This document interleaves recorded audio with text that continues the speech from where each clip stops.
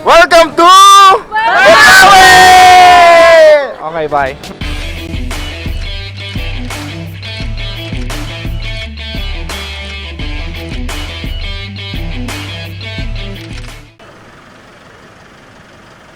So mga kaibigan, darating lang natin dito sa Banawe. Ang oras ay ganap na nga 6:45. Umalis kami ng Maynila ng 11. Ang driver natin ay si Kuya Ramdel. Yan, so ang driver natin ngayon, walang iba, napakabilis! Napakabilis talaga. Ay, ito yung napakatulin. Ito yung sinusundan namin na isang van. Tropa din ni Sir Bon, di ba sir? Oo. Ano ba, tropa? Tropa, 140! 140 sa zigzag. Sigsag pa lang yun, kamo. Sigsag pero bumabanat. Oo, zigzag, sinasalubong yung mga truck.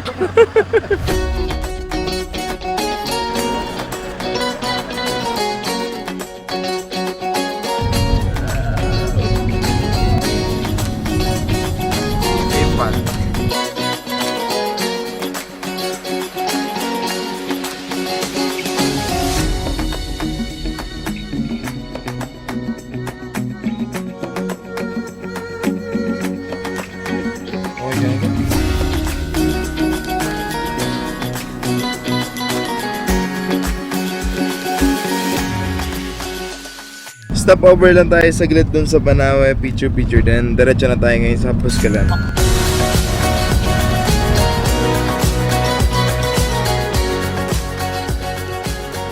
Pagkato mo.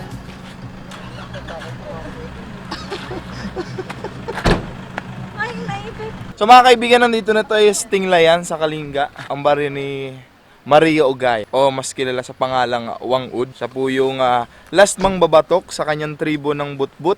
At meron tayong 30 minutes, hopefully 30 minutes na aakyat tayong patungo dyan. At po yung guide natin na si Sir Boyet and si Sir Weeper. Okay. Yun o, so sila mag-isilbing guide natin para naman masiguradong mabilis at makapunta tayo dun ng maayos. Picture muna na picture. Yes.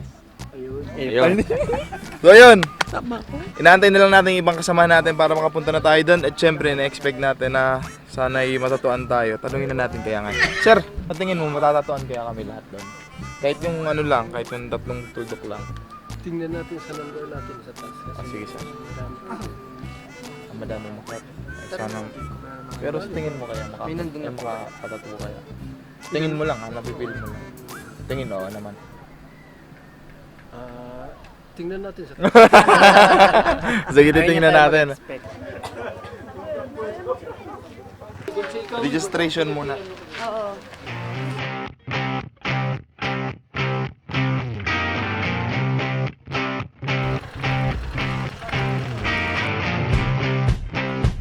Simula na ang ating lakbay mga kaibigan ng leading guide natin ay si Kuya Boyet.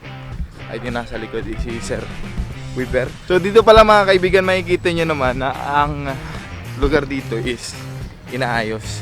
Parang pinalalaki ba? Para may madaanan ng maganda yung guest na darating.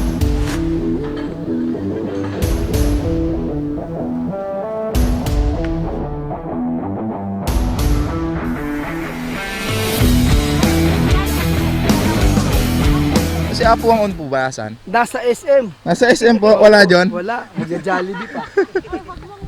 Wala pala si Papo Wangko dyan. Nasa SM.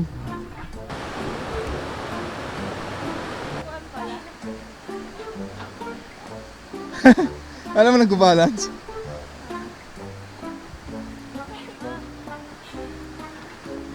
Gusto nyo to, di ba? Layo pa ta. Nakikita nyo yun doon? Ano? Kanin pa. Yasi pa.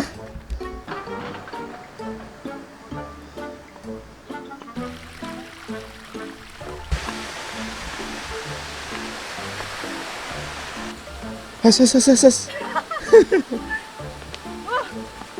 Kung kanina yung level ng energy natin nawasa 120%. Ngayon 40% na lang. Buhay ka pa. But we almost there, I guess. 3/4 of our journey. Smart thing to do mga kaibigan. Kapag may kasama kang mababagal, pwede mo silang iwan since may guide naman. Para di ka sumabay sa pacing la. Mas nakakapagod yun. Di ba, sir? Nice.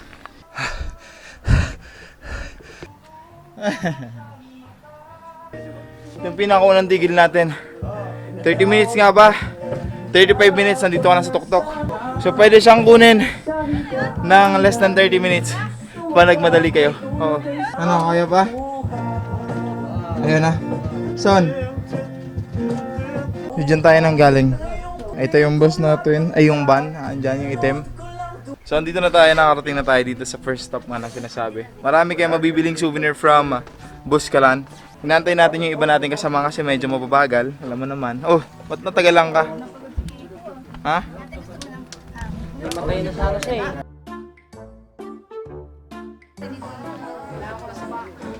Ang init! Ano? Ano? Ano? Yung hirap nga nung iniwanan niya ako, kinaya ko eh. Fuck you! Pa kaya? Puro ka kasi ugot.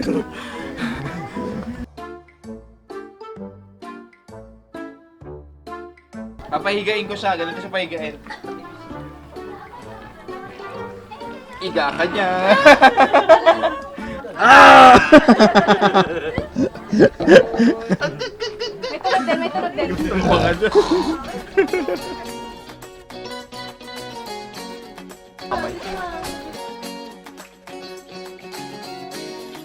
So mga kaibigan, nandito tayo sa chill out place ni Iya ba to? Pero ako si Iya. Coffee swing, Buskalan. Iyawn. So ito yung first meal namin for today, Tek. Kuya Jeff, ano po bang makikita namin dito, sir? Isa pong lokal dito.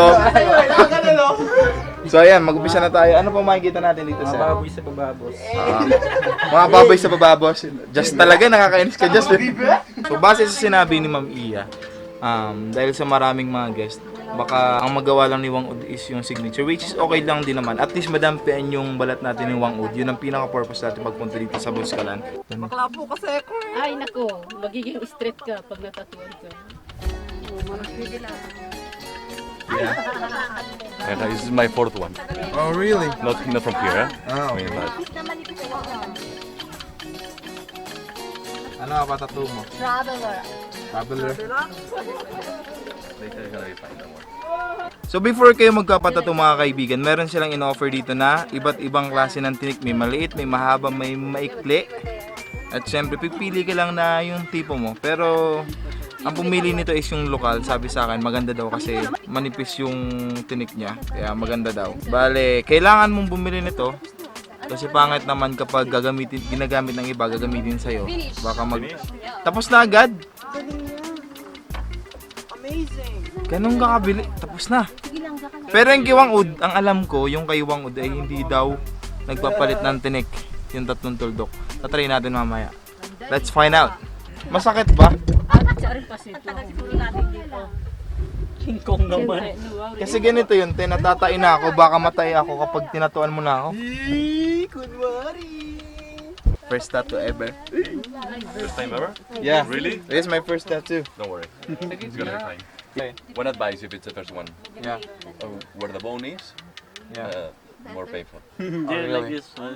Yeah. So, I'll choose I this got part. this one. It has the muscle. Yes, yes. Relax lang. Ay, marami na ko i-gym. Ay! Ah! Ouch! Hirap ba yun? Wait lang, nautot ako. Tulugin niyo muna ako.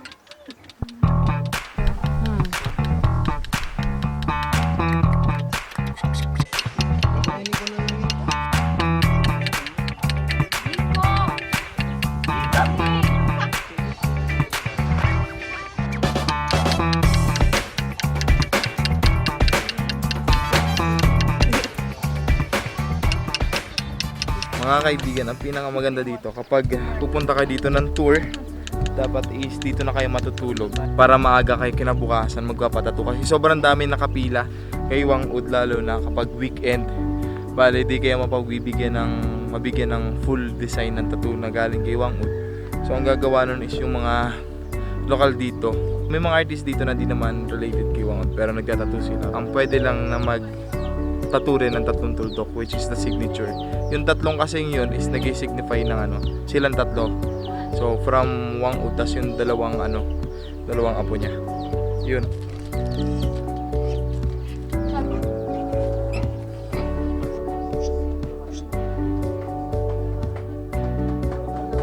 High five. High five. High five. Good boy. Pa. Up. Sit. High five.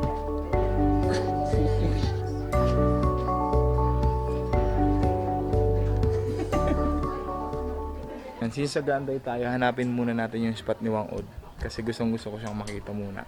Titingnan natin yung mga nagpapatattoo sa kanya. Tara. Saan yung bahay ni Apo Wangud? Alam mo? Oh, Asan? я кажется, не говорю границы. Вот апу гонут. Апу гонут. Я. Malayo.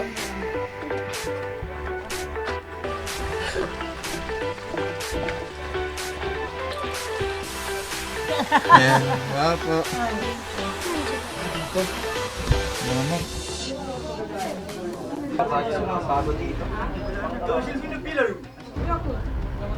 Ay, balikan nga kami ka, apat kami. May flight to. Tapos, yung ang anim kaninang balikan, At may tensyon ngang naganap habang nagtatattoo si Wangud. ano muna yung dalawa. Dahil na rin sa sobrang dami ng tao dahil weekend at sa sobrang pagod na rin ng tao sa biyahe. Hindi natupad ang aming kahilingan na makapagpatattoo. Pero hindi dyan nagtatapos ang lahat. Kasi nabigyan kami ng pagkakataon na makapagpa-picture kasama si Wangud. Wait lang pala, lagay ko lang ito.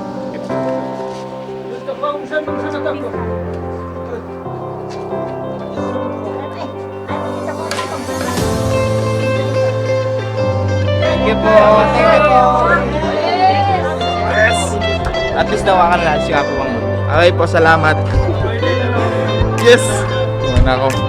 Oo, okay na yun sa akin. Nahawakan ko na si Apo Wangud. Masayang masaya na ako. Alam mo yung parang mas sikat pa siya sa artista.